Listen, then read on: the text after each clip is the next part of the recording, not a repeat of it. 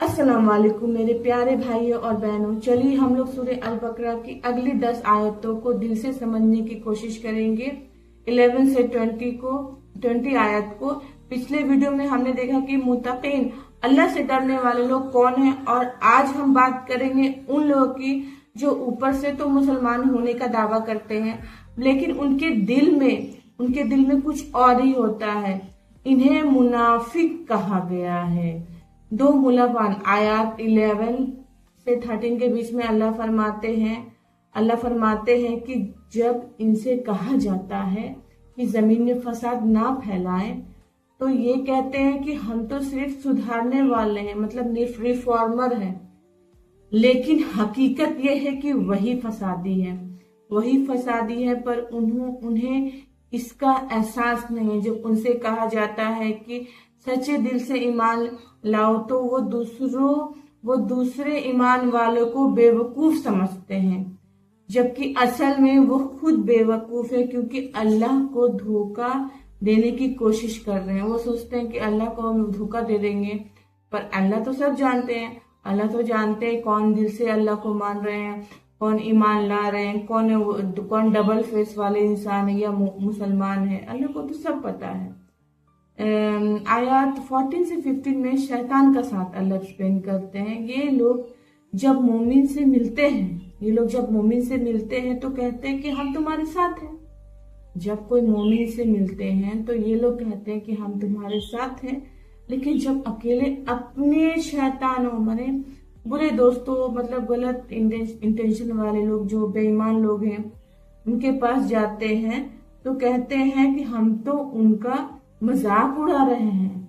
अल्लाह फरमाते हैं कि अल्लाह उनका मजाक उड़ाते हैं, यानी उन्हें उनकी गुमराही में ढील देते हैं, अल्लाह छोड़ देते हैं। ऐसे लोगों को गुमराह जो होते हैं अल्लाह उन्हें बेशक छोड़ देते हैं, ढील दे देते हैं कि जाओ अपने दुनिया में मस्त रहो, अपने गुनाहों में मस्त रहो। अल्लाह अपने तरफ से, मतलब अल्लाह अपने नजर उनकी तरफ से हटा देते हैं और वो अपनी सरकशी में भटकते रह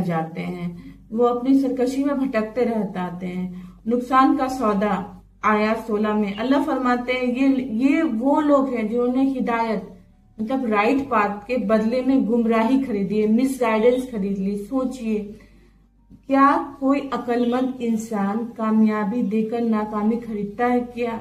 बिल्कुल नहीं। इसीलिए उनकी ये ट्रेडिंग उन्हें कोई फायदा नहीं देगा, ये बिजनेस ये उन्हें कोई फायदा नहीं देगा। ये अल्लाह ये फरमाते हैं। आयत 17 से 20 बीच में अल्लाह फरमाते हैं, दो खूबसूरत मिसालें दी हैं अल्लाह ने। यहाँ अल्लाह ने क्या फरमाया है? ये लोग उस शख्स की तरह हैं जिसने अंधेरे में आग जलाई, मतलब ये लोग उसकी तरह हैं जिन्होंने अंधेरे में आग जलाई, लेकिन जैसे ही रोशनी हुई, अल्लाह ने उनका नूर छीन लिया और उन्हें अंधेरे में छोड़ दिया। ये गूंगे, बहरे और अंधे हैं, ये अब हक की तरफ नहीं लौटेंगे। गूंगे, बहरे और अंधे हैं, ये हक की तरफ नहीं, मतलब फुल्ली टोटली मिसगाइडेड है ये लोग पर्सन। ये लोग अल्लाह की तरफ अब लौटने वाले नहीं हैं। दूसरा मिसाल अल्लाह ने दिया बारिश और बिजली का। ये फिर उनकी मिसाल उस भारी बारिश जैसी है जिसमें अंधेरा गरज रहा और बिजली है। वो मौत के डर से कानों में उंगलियां डाल लेते हैं। बिजली की चमक से उनका थोड़ा रास्ता दिखता है तो है, लेकिन जैसे ही अंधेरा होता है वो खड़े रह जाते हैं। मतलब जब बिजली की सडनली कोई रोशनी आती है तो उन्हें रास्ता दिखता है, लेकिन फिर जब वो बिजली की रोशनी चल जाती है तो वो फुल्ली अंधेरा हो जाता है, वो खड़े रह जाते हैं। अगर अल्लाह चाहे तो उनके देखने और सुनने की ताकत छीन ले। अल्लाह ये भी बोलते हैं वो हर चीज पे कादिर है। अल्लाह चाहे तो उनके देखने और सुनने की ताकत छीन ले। दोस्तों, इस 10 आयतों में हमें ये सबक मिलती है मेरे प्यारे भाइयों और बहनों, हमें ये सबक मिलती है कि ईमान सिर्फ जुबान से नहीं, दिल से होने चाहिए। ईमान सिर्फ जबान से हम लोग बोल के नहीं होना चाहिए, दिल से होना चाहिए। आपके कैरेक्टर में वो ईमान होना चाहिए। आप जो कर रहे हैं उसमें आपके ईमान अच्छा झलके, मतलब आप एक ईमान वाले इंसान है, आपका फुल कैरेक्टर वो शो करे।